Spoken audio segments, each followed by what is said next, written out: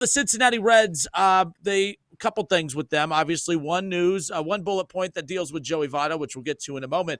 But the Reds, they countered with a qualifying offer to our guy Nick Martinez, a name that, of course, we all talked a lot about down the stretch of that Reds season, where a lot of people checked out, but he put on a show. And by the way, didn't he get named the Reds Pitcher of the Year? That's right. Isn't that the Reds Pitcher of the Year? Did. Yeah, best pitcher on the Reds staff this season.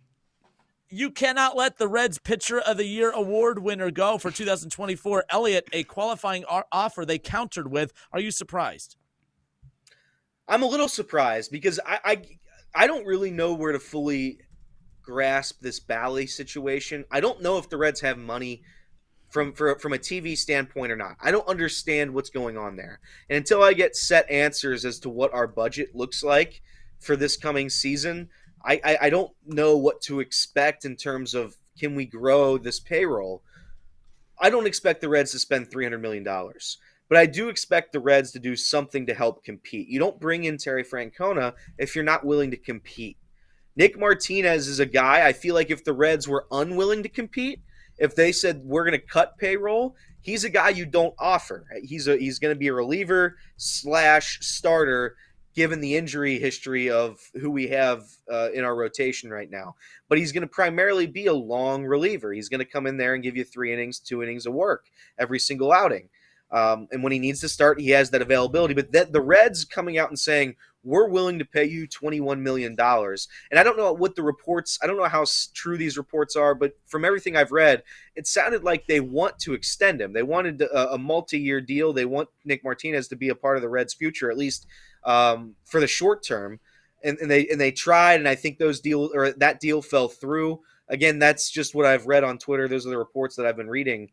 But them coming out and saying that we're willing to pay this guy, a reliever, roughly a reliever, I know he started and had a great year, $21 million, that's a big step, in my opinion. That's a massive step.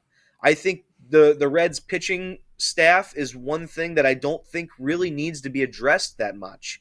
I know Emilio Pagan just opted back in. He took his player deal and opted back in with the Reds next season, so you'll have him. You'll have the same cast and characters of our bullpen, Tony Santillan, Ian Jabot. We'll see if we can get Buck Farmer back. But I think that right now the Reds pitching staff, you don't need to help.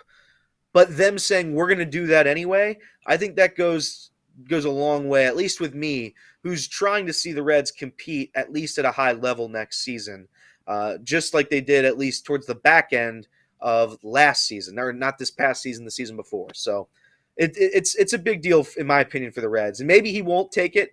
Maybe he's trying to go elsewhere. Maybe he doesn't like pitching in Great American Ballpark. But for what it was worth, he was great. And I'd love to see him back in a Reds uniform. I think he's a valuable piece to the operation. And I think it's one of those things where if you can get him back, maybe we can start talking about the possibility of the Reds really trying to go all in this year. Because that's what I want. I want to go all in. I'm tired of the waiting. I've tried to wait, and I've waited, and I've waited. We're trying to wait on the prospects, and I can't wait anymore. I'm out on the waiting. Go sign somebody. Go get me a right fielder. Go get me a corner infielder, and let's go to work. Let's go try to win this thing. We still need a backup catcher. There was some names thrown around there on Twitter that the Reds, maybe go out and get Travis d'Arnaud. Somebody. They do need a backup catcher, no doubt about it.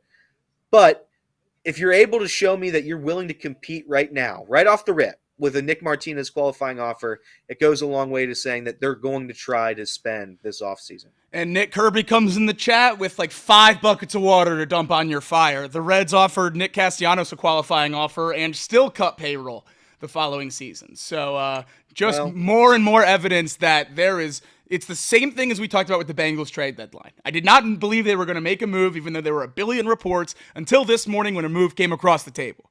I do not believe the Reds are going to invest in this team long term until I see them do it. Terry Francona is a phenomenal start. Offering Nick Martinez the qualifying offer, a phenomenal start. This is all stuff that winning teams just do, though. The fact that we're so overjoyed that we're offering debatably our best pitcher last season the qualifying offer, it's like, come on. Every team would offer that guy a qualifying offer if he was on their team and did what he did last year down the stretch.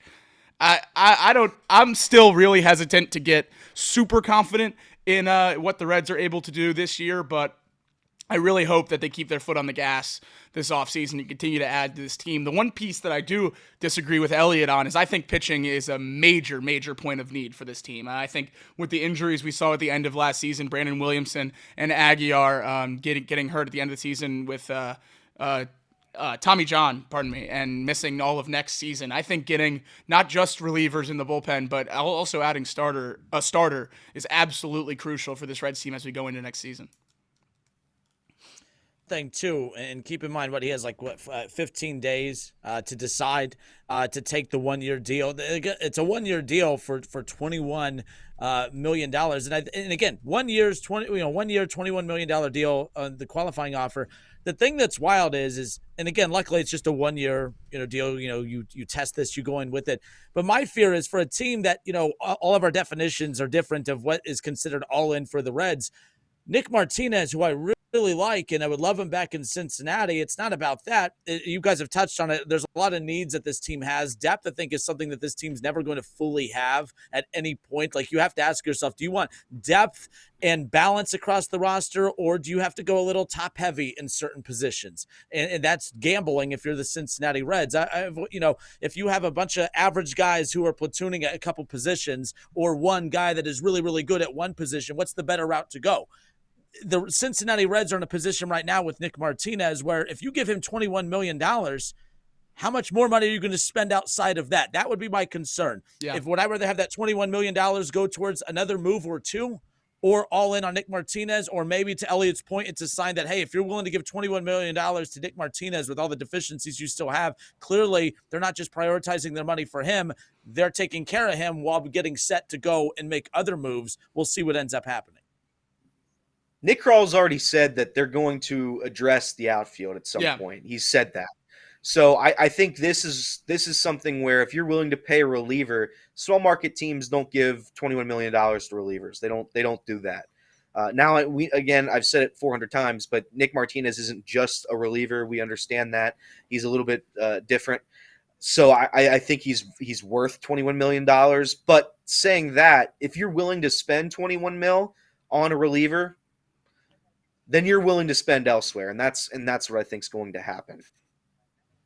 I certainly hope you're right, and that is everything that they could have done to this point, they have done correctly. So that is phenomenal, because how many times have we gotten to November 1st and the Reds have already screwed up their offseason somehow? So very, very happy with the way this is going so far. Still a lot that I want to see happen this offseason in order to mark it as a true win. But, really, really good start for the Reds in this offseason. But another important thing to remember about the qualifying offer is obviously we would love Nick Martinez to sign it and stay this year with the Reds. But if he doesn't and chooses to go somewhere else, the Reds will get a comp pick for that qualifying offer being not taken by Nick Martinez. And when Nick Castellanos declined his comp pick, or declined his qualifying offer that resulted in a comp pick, the Reds used that to draft Sal Stewart, who is now a top 100 prospect in all of the MLB. So those comp picks and stuff can be very valuable. So outside of just Nick Martinez returning to the Reds, this qualifying offer is a big deal for the Reds as a whole.